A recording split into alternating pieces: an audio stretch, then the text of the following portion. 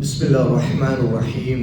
அல்ஹம்துலில்லாஹ் வஸ்ஸலாத்து வஸ்ஸலாமு அலா ரசூலில்லாஹ் வ அலா ஆலிஹி வ ஸஹ்பிஹி வ மன் வலா. ஷைத்தான் அல்லாஹ்வுடைய அடியார்களை குஃப்ரின் பக்கம் தூண்டி அவர்களை நிரந்தர நரகத்தில் தள்ளுவதற்கு விரும்புகிறான்.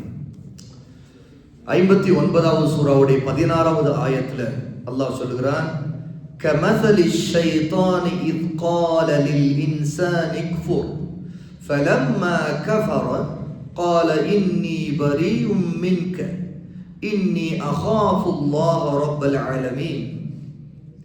இவர்களுடைய நிலை, அதாவது ஷைத்தானிடம் ஏமாந்து குஃப்ரில் விழுந்து விட்டவர்கள், அல்லாஹ்வுக்கு மாறு செய்வதில் அவனுக்கு இணை வைக்கக்கூடிய அளவிற்கு அவனுடைய மார்க்க சட்டங்களை வெளிப்படையாக நிராகரிக்கக்கூடிய அளவிற்கு போனவர்கள், அவர்களுடைய நிலை ஷைத்தானுடைய உதாரணத்தை போன்றது. அவன் மனிதனை நோக்கி, ஆதமுடைய பிள்ளைகளை நோக்கி, நீ நிராகரித்து விடு, குஃப்ரு செய் என்று கூறுகிறான். அதாவது மனிதனிடம் அவன் வருவான், நிராகரி என்று சொல்வான். அது நேரடியாக கண்ணிற்கு ஒரு ஜின் முன்னாடி வந்து நின்று இருக்க வேண்டும் என்ற அவசியம் இல்லை. எந்த ஒரு மனிதனுக்குள்ளும் அல்லது மனிதனுடைய வடிவத்தில் வந்து குஃப்ரின் பக்கம் தூண்டி மனிதனை நரகத்தில் தள்ளுவதற்காக ஷைத்தான் என்ன செய்வான்? குஃப்ரு செய்ய சொல்லி. ஏனென்றால் அவனுக்கு மிகவும் பிடித்தமானது, பாவத்திலேயே ஒரு மனிதன் நிரந்தர நரகத்தில் தள்ளக்கூடியது எது? குஃப்ர், ஷிர்க், அல்லாஹ்வை நிராகரிப்பதும் அவனுக்கு இணை வைப்பதும். ஆகவே மனிதனை குஃப்ரின் பக்கம் தூண்டுவதற்காக என்ன செய்வான்? நீ குஃப்ரு செய் என்று சொல்வான். மனிதன் அவ்வாறு நிராகரித்து விட்ட பிறகு, அவன் குஃப்ரு செய்து விட்ட பிறகு இவன் என்ன சொல்லிவிடுவான்? உன்னை விட்டு நான் விலகிக் கொண்டேன், ஏனென்றால் ரப்புல் ஆலமீன், அகிலங்களின் இறைவனாகிய அல்லாஹ்வுக்கு மிகவும் நான் பயப்படுகிறேன் என்று சொல்லி அவன் தப்பித்துக் கொள்ள நினைப்பான். அவன் ஷைத்தானுடைய ஒரு குணம் மனிதனை ஏமாற்றுவது, குஃப்ரின் பக்கம் தூண்டுவது. அதற்கு பிறகு நீ குஃப்ரு செய்ததுக்கு நான் எப்படி காரணமாவேன்?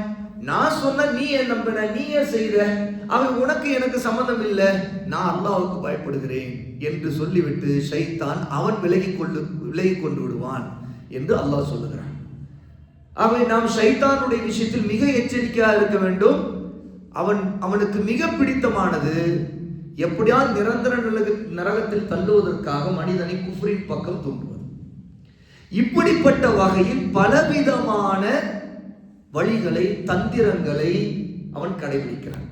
அதிலே ஒரு தந்திரம், மனிதனை, குறிப்பாக முஸ்லீமாக இருக்கக்கூடியவர்களை, அவர்களுக்கு பல அமானுஷ்யமான பல விஷயங்களை காட்டி கனவில் அல்லது நனவில் ஏதாவது சில குழப்பங்களை ஏற்படுத்தி ஒரு நல்லவனை கூட அவன் கெடுப்பது. நாம் வரலாறிலே பல நேரங்கள் நம்முடைய வாழ்க்கையிலே பலரை சந்திப்போம். அவர்கள் பலவிதமான அமானுஷ்யமான பல விஷயங்களை தாங்கள் எதிர்கொள்வதாக, பார்ப்பதாக அவர்கள் சொல்வார்கள். அவர்கள் சொல்லக்கூடிய கதைகள் ஆச்சரியமாக இருக்கும், அவருடைய அனுபவங்கள் ஆச்சரியமாக இருக்கும். உதாரணத்திற்கு, அவர்களில் சிலர் அவருடைய கனவிலே வந்து எப்போதும் ஒருவர் என்னை வந்து சந்தி சந்தி என்று சொல்வதாக அவர்கள் பார்ப்பார்கள். அந்த கனவை பல தடவை பார்ப்பார்கள். இன்னும் சொல்ல போனால் அந்த கனவை பார்க்கும் பொழுது அவர்களிலே சிலருக்கு அவர்களுடைய நெருங்கிய சொந்தத்தில் அல்லது அவர்கள் இறந்துவிட்ட தந்தை, தாய் அல்லது இப்படிப்பட்ட அல்லது நெருங்கிய தோழர், இப்படிப்பட்ட ஒருவர் கனவிலே வந்து கொண்டே இருக்கிறார். அவர் வருகிறார், ஏதோ ஒரு இடத்தை சொல்லுகிறார், அந்த இடத்திற்கு போ, அங்கே போ என்று சொல்லுகிறார். இவர் அந்த இடத்திற்கு போனால் பிறகு இந்த கனவிலே என்னென்ன சொல்லப்பட்டதோ, என்னென்ன காட்டப்பட்டோ அதெல்லாம் உண்மையாக அங்கு பார்ப்பார். ஆக அவர் உடனே நம்புவார், கனவிலே பார்த்தது எதுவே பொய் இல்லை, உண்மையாகவே நமக்கு கனவிலே இப்படி காட்டப்பட்டிருக்கு. இவர் என்ன நினைப்பார்? இந்த கனவு ஏதோ அல்லாஹ்வின் புறத்திலிருந்து, கடவுளிடமிருந்து தனக்கு ஏதோ ஒரு செய்தி சொல்லப்படுகிறது, இவர் நம்புவார்.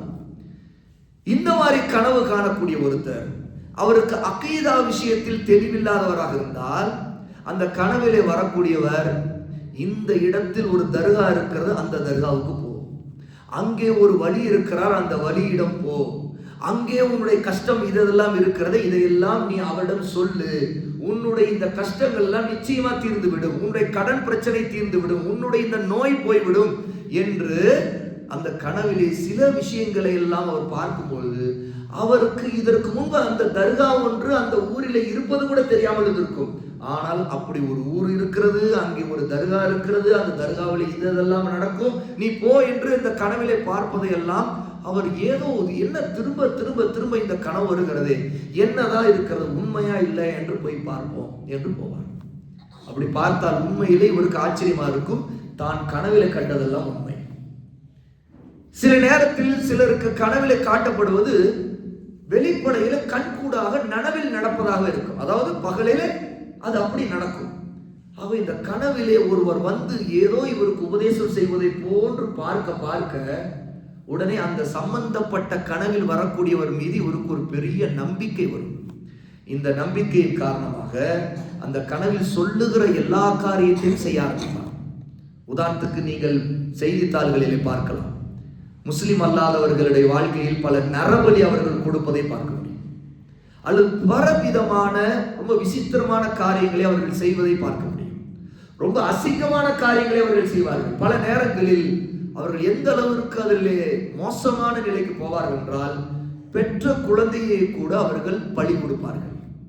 இதெல்லாம் எப்படி நடக்கிறது, ஏன் நடக்கிறது? அவர்களுக்கு அந்த கனவிலே ஷைத்தான் சில விஷயங்களை வாக்கு தருவான். நீ இந்த குழந்தையை நீ இப்படி பலி கொடுத்து விட்டால் பார், உன்னுடைய வாழ்க்கை மாறிவிடும். திரும்ப திரும்ப அந்த கனவு வரும்போது இது உண்மையாகத்தான் இருக்குமோ என்று ஒரு இடத்தில் ஒரு மனிதன் தடுமாறும் போது ஷைத்தான் உடனே அந்த மனிதனை ஏமாற்றி விடுவான். கடைசியில பார்த்தால் அந்த கனவிலே கண்டதனால் அவர்கள் பல ஹராமான காரியங்களை செய்வார்கள். இதில் அந்த கனவிலே காணக்கூடிய காட்சிகளிலே சில நேரத்தில் கனவில் அவர் பார்ப்பது அவருக்கும் அதே கனவு வரும், வீட்டிலே இருக்கக்கூடிய அவருடைய மனைவிக்கும் வரும், அவங்க அம்மாவுக்கும் வரும், அல்லது வீட்டில் இருக்கக்கூடிய எல்லாருக்கும் வரும். ஒரே நேரத்தில் காலையில் நான் ஒரு கனவு கண்டேன், இப்படி உடனே நான் ஒரு கனவு கண்டேன், இப்படித்தான் இருந்தார் என்று அவர் சொல்லுவார், மனைவி சொல்லுவார், உடனே அம்மா சொல்லுவார். பார்த்தால் அவர்கள் எல்லோரும் ஆச்சரியப்படுவார்கள். ஓ, நம்முடைய வீட்டில் ஒரு கனவு எல்லோருக்கும் ஒரு மாதிரி வருகிறது. அப்படி என்றால் ஏதோ ஒரு ஆன்மீகமான புனிதமான கனவு இது, நமக்கு ஏதோ ஒரு நல்லது நடக்க போகிறது. ஆக இந்த கனவுகளை சொல்லுகிறபடி நாம் நடக்க வேண்டும். அவர்கள் வெளியிலே கூட சொல்லாமல் அந்த கனவை பொத்தி பொத்தி அதை நம்பிக்கை கொண்டு அதை பின்பற்ற ஆரம்பிப்பார்கள். நிறைய வரலாறுகள் இப்படி அமானுஷ்ய சக்தியால் அமானுஷ்யமான வித்தைகளை கொண்டு வரக்கூடிய கனவுகள், ஹராமான விஷயங்களுக்கு தூண்டக்கூடிய கனவுகள் வந்து கொண்டிருக்கின்றன. ரசூலுல்லாஹி ஸல்லல்லாஹு அலைஹி வஸல்லம் என்ன தெரியுமா சொன்னார்கள்? கனவிலே யாராவது என்னை கண்டால் அவர் என்னைத்தான் கண்டார். ஏனென்றால் ஷைத்தான் என்னுடைய தோற்றத்தில் வர முடியாது, வரமாட்டான். இது அல்லாஹ் தஆலா நம்முடைய நபிக்கு மட்டும்தான் கொடுத்திருக்கிற ஒரே அந்தஸ்து. ரசூலுல்லாஹ்வுடைய அதே தோற்றத்தில் ஷைத்தானால் கனவிலே வந்து ஏமாற்ற முடியாது. அப்படி என்றால் என்ன? கனவிலே அவன் எந்த மனிதனுடைய தோற்றத்தில் வர முடியும், பேச முடியும், ஏமாற்ற முடியும். திடீர்னு என்னுடைய தோற்றத்தில் ஒருத்தன் உங்களுக்கு கனவுல வரலாம், உங்களுடைய தோற்றத்தில் என்னுடைய கனவுல ஒருத்தன் வருவான், அல்லது உங்களுடைய மனைவியுடைய தோற்றத்திலே வந்து கனவுல பேசுவான், உங்களுடைய அம்மாவுடைய தோற்றத்தில் பேசுவான். நமக்கு பல நேரங்களில் மிகப்பெரிய குழப்பமாக இருக்கும். நிறைய மனிதர்கள் மிக மோசமாக வழிகெடுக்கப்படுவது கனவிலே ஷைத்தான் வருவதாக. ஏனென்றால் அவர்கள் இது ஏதோ ஒரு மன பிரமையோ என்று நினைப்பார்கள், வராது, அடுத்து வராது என்று நினைப்பார்கள். சரியாக அதே மாதிரி கனவு வந்து திரும்ப இது பிரமை அல்ல, நான் உனக்கு உண்மையாக சொல்லுகிறேன், நான் சொல்லுவதை நீ நம்பு. ஏதோ காதிலே சத்தம் கேட்பதை போன்றவர்கள் உணர்வார்கள். உண்மையில் அந்த சத்தம் அவர்கள் கேட்பதாக இருக்கும். இந்த மாதிரி பலவிதமான குழப்பங்கள் நீங்கள் நிறைய கதைகள் கேட்டிருக்கலாம், நம்முடைய வாழ்க்கையிலே கூட நடந்திருக்கும். சில நேரத்திலே சில கனவுகள் பாம்புகள் வருவதை போல, அல்லது ஒரு பெண் வருவதை போல நினைத்து பாருங்கள். சில நேரத்தில் அசிங்கமான காட்சிகள், இச்சையை தூண்டக்கூடிய காட்சிகள் கனவிலே வருகிறதா இல்லையா?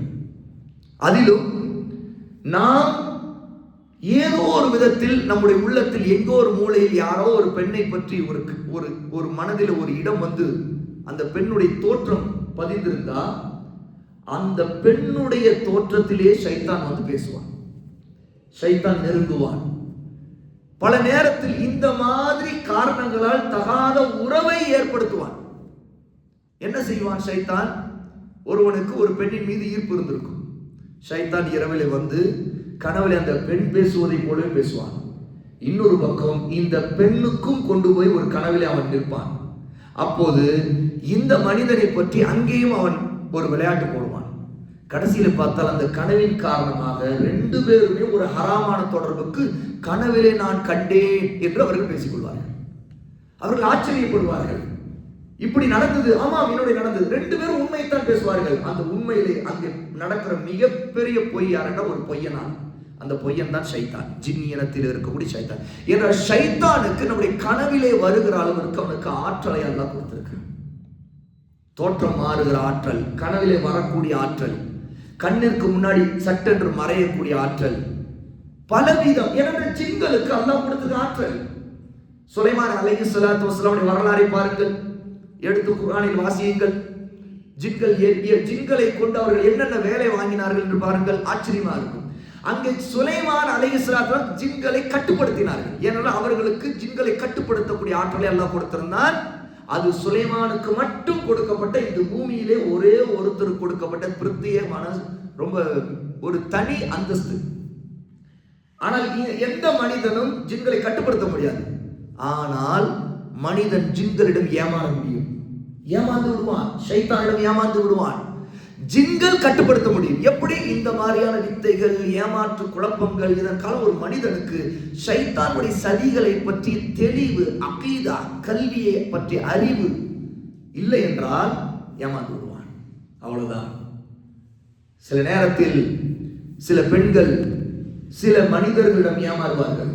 நல்ல பெண்கள், இபாத்சாலிகள். ஏன் ஏமாந்தார்கள்? அவருடைய வாழ்க்கை திடீரென்று ஏதோ மாறிவிட்டு, ஏதோ ஒரு மைண்ட் சேஞ்ச் ஆயிடுச்சு. ஏன் சேஞ்ச் ஆயிடுச்சு அப்படின்னு பார்த்தால் அவர்களிடம் தனியாக விசாரித்து பேசி என்ன பிரச்சனை என்று கேட்கும்போது அவருடைய அனுபவங்களை சொல்லும் போது தெரியும், இது ஷைத்தானுடைய மிகப்பெரிய சதி. சில மனிதர்கள், நல்ல மனிதர்கள், அவர்கள் அகீதாவிலே, சுத்தமான அகீதாவிலே தடம் புரண்டு எப்படி எப்படியே மாறி நாசமா போயிருப்பார்கள்.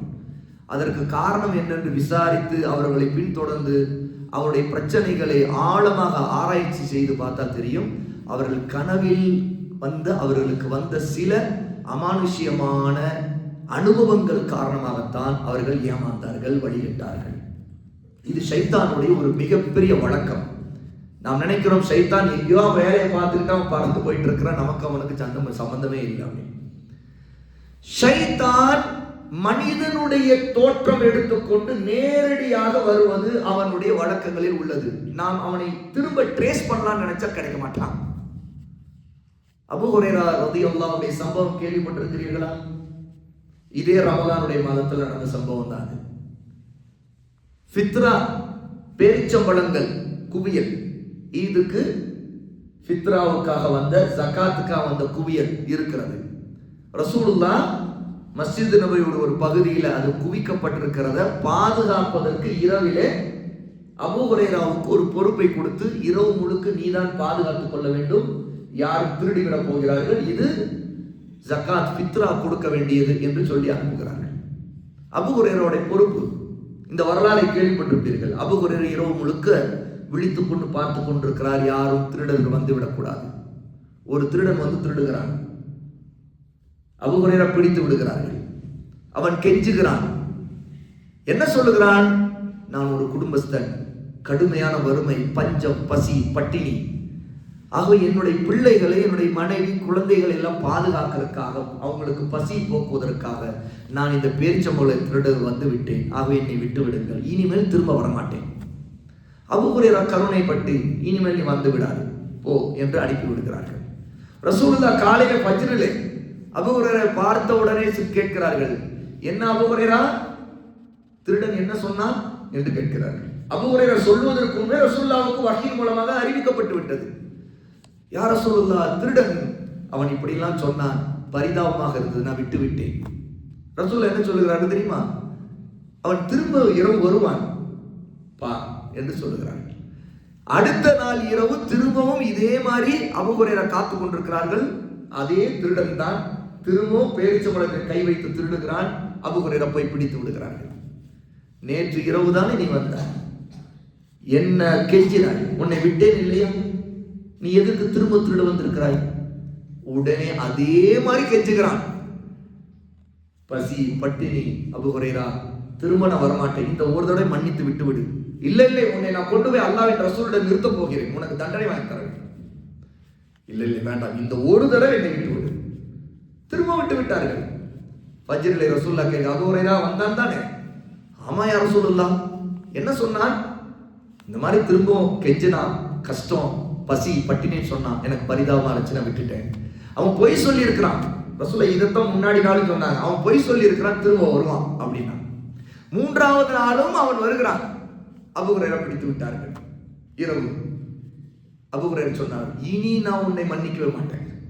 முதல் நாள் வந்த, இரண்டாவது நாள் வந்த, ஒவ்வொருத்தோட மன்னிச்சுதே, மூன்றாவது நீ வந்துட்ட, ஒரு காலம் என்னுடைய ரசூல் சொன்னது பொய்யாகல, நீ பொய் சொல்லிக்கிட்டே இருக்கிற, திரும்ப வந்துட்ட, நான் ரசூலுல்லாஹ்வோட உன்னை நிறுத்தத்தான் போறேன், விட மாட்டேன்னு குடிச்சுட்டான்.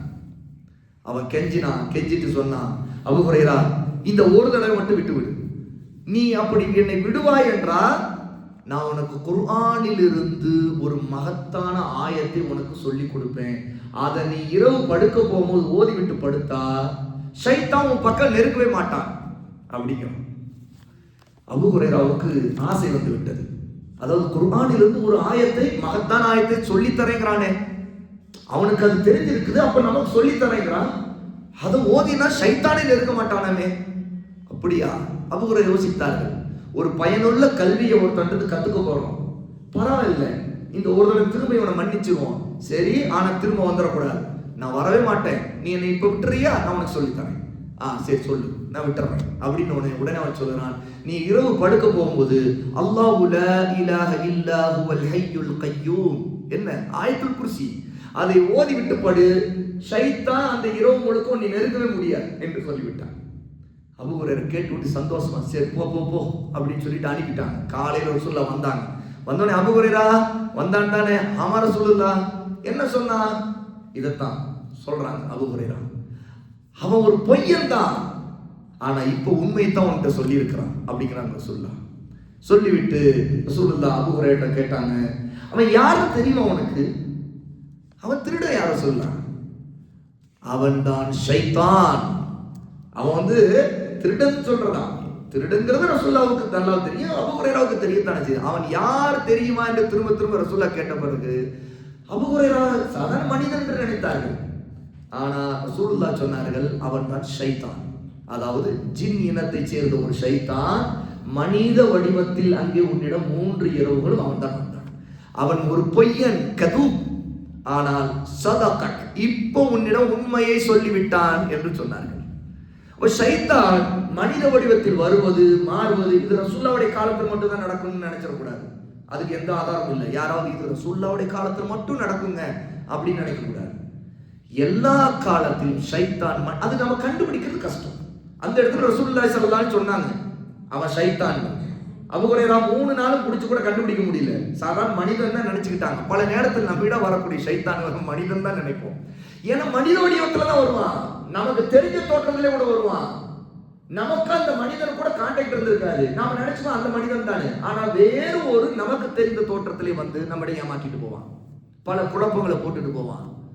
அப்ப ஷைத்தான், ஜின்கள் இப்படி உருவம் மாறுவது, வருவது, குழப்பத்தை ஏற்படுத்துவது, இதில் மனிதர்களை வழிகெடுப்பதற்காக பல திட்டங்களை தீட்டுவது ஒரு இயல்பான விஷயம்.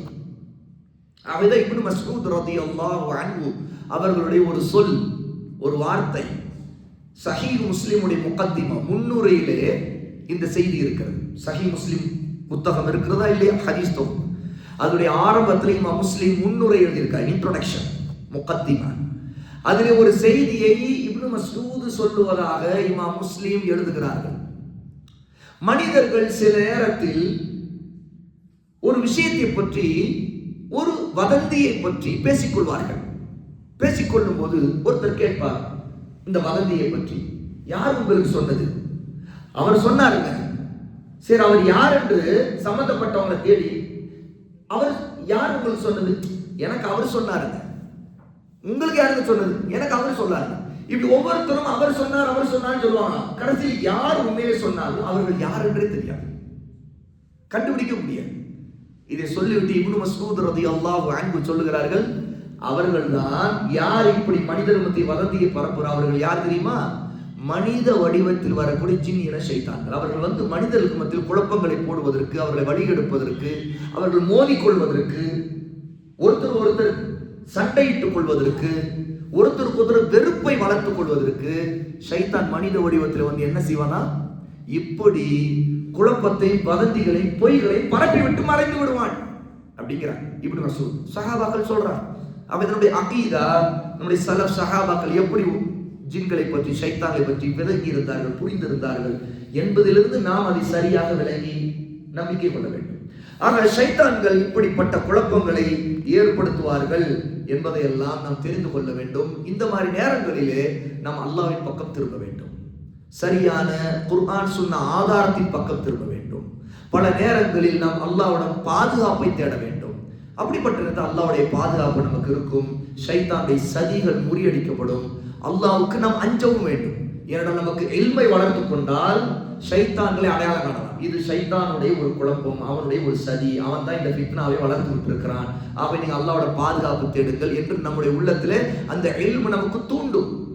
இரவிலே நமக்கு தூக்கத்தில் இந்த மாதிரி பல குழப்பங்கள் கனவை கொண்டு வந்தால் நமக்கு தெரிந்துவிடும், இது இந்த கனவிலே வரக்கூடியது எல்லாமே ஹராமானதாக இருக்கிறது. அப்ப ஹராமானதை தூண்டக்கூடிய விதத்தில் இது இப்படியெல்லாம் நடக்கிறது என்றால் இது நிச்சயம் ஷைத்தான் புறத்திலிருந்து வந்ததுதானே தவிர இது உண்மையில் நமக்கு நேர்வழியே ஒரு நிம்மதியை, நல்லதை சொல்லுகிற கனவுகள் அல்ல. இது வழிகட்ட மார்க்கத்திலிருந்து புறம்பான ஹராமான பாதையிலே நம்மை செலுத்துவதற்கு ஷைத்தான் போடக்கூடிய சதி என்று விளங்கி இப்படிப்பட்ட கனவுகள் நமக்கு வரும்போது நாம் என்ன செய்ய வேண்டும்? விழிப்பு வந்து விட்டால் இடது பக்கம் 3 தடவை துப்பி விட்டு எந்த திசையில எந்த பக்கம் நாம் படுத்திருந்தோமோ அந்த திசைக்கு, அந்த பக்கத்திற்கு எதிர் திசையில் திரும்பி படுக்க வேண்டும். அஊது பில்லாஹி மினஷ் ஷைத்தானிர் ரஜீம் என்று அல்லாஹ்வுடன் பாதுகாப்பு தேடிக்கொள்ள வேண்டும். இரவு படுக்க போகும்போது ஆயத்துல் குர்சி ஓதிக்கொண்டு படுக்க வேண்டும். அவர் அல்லாஹ்வோட பாதுகாப்பு தேடும்போது பல நேரங்களில் இந்த கனவுகள், இப்படிப்பட்ட குழப்பங்களை விட்டு அல்லாஹ் நம்மை பாதுகாத்து விடுவான். இன்ஷா அல்லாஹ் இன்னும் ஷைத்தானுடைய குழப்பங்கள், சதிகள், அதிலிருந்து தப்பிப்பதை பற்றிய வழிமுறைகள் எல்லாவற்றையும் நாம் நாளை பார்ப்போம். பாரக்கல்லாஹு ஃபீக்கும் வ ஆகிரு தஅவானா அல்ஹம்துலில்லாஹி ரப்பில் ஆலமீன்.